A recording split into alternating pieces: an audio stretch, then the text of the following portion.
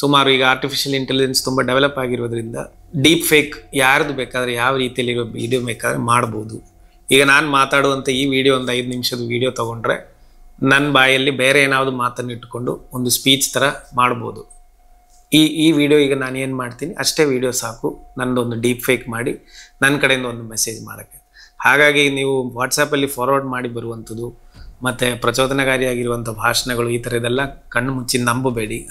Deep ಫೇಕ್ಸ್ ಇರ್ತದೆ, ಅದು ಒಂದು. ಎರಡನೇದು, ಇದೇ ಡೀಪ್ ಫೇಕ್ಸನ್ನು ಇಟ್ಕೊಂಡು ಹೆಣ್ಮಕ್ಳದ್ದು ವೀಡಿಯೋಸನ್ನು ಮಾರ್ಫ್ ಮಾಡಿ ಅವ್ರದ್ದು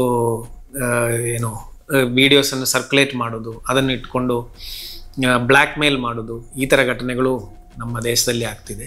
ಆ ಥರ ಏನಾದ್ರು ಇದ್ದರೆ ಪೊಲೀಸ್ ಸ್ಟೇಷನಲ್ಲಿ ಕಂಪ್ಲೇಂಟ್ ಮಾಡಬೇಕು.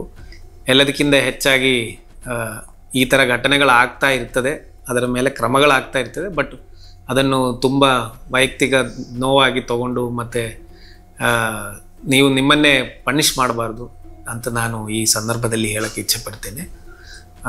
ಸೊ ಇದೆಲ್ಲ ಒಂದಷ್ಟು ಬೇರೆ ಬೇರೆ ರೀತಿಯಲ್ಲಿರುವಂತಹ ಸೈಬರ್ ಕ್ರೈಮ್ಸು. ಇದೆಲ್ಲ ನೀವು ತಡೆ ಮಾಡೋಕ್ಕೆ ಇದರ ಬಗ್ಗೆ ನಿಮಗೆ ಅವೇರ್ನೆಸ್ ಇರಲೇಬೇಕು ಅಂತ ನಾನು ನಿಮ್ಮೆಲ್ಲರ ಹತ್ರನೂ ಮನವಿ ಮಾಡ್ತೇನೆ.